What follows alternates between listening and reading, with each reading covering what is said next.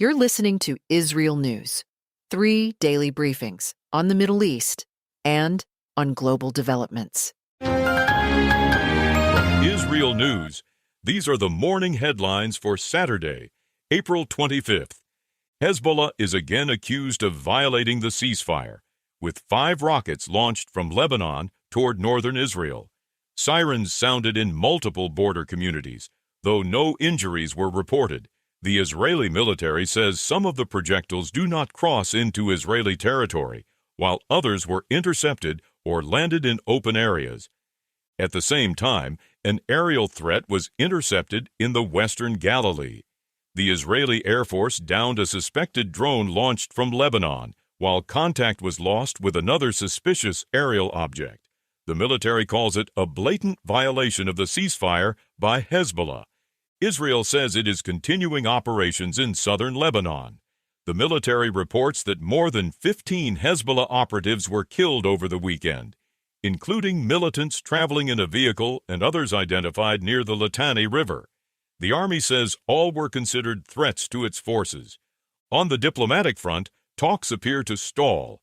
Iranian state-linked media report that Iran's foreign minister has left Pakistan without meeting U.S. officials. Tehran says it will not hold talks while the U.S. naval blockade of the Strait of Hormuz continues. A Pakistani source says Iran used the visit to convey its demands, but no direct engagement with American representatives takes place.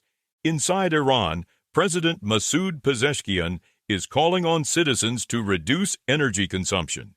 He urges people to limit electricity use, saying instead of turning on 10 lights, they should turn on only 2, framing it as a way to cope with damage to infrastructure and ongoing pressure.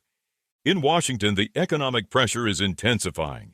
Treasury Secretary Scott Bessent says the United States will not renew waivers that allowed certain countries to purchase oil from Iran and Russia, signaling a further tightening of sanctions. The State Department is also defending the military campaign, with its legal advisor arguing the conflict is not a new war but a continuation of hostilities with Iran dating back to 1979. The position is being put forward ahead of a May 1st deadline requiring congressional authorization for continued military action. Critics, including legal experts and Democratic lawmakers, argue the justification violates international law and say no immediate threat has been demonstrated to warrant the use of force. Those are the latest headlines from IsReal News. Follow IsReal News for 3 daily briefings. Fast, factual, and to the point.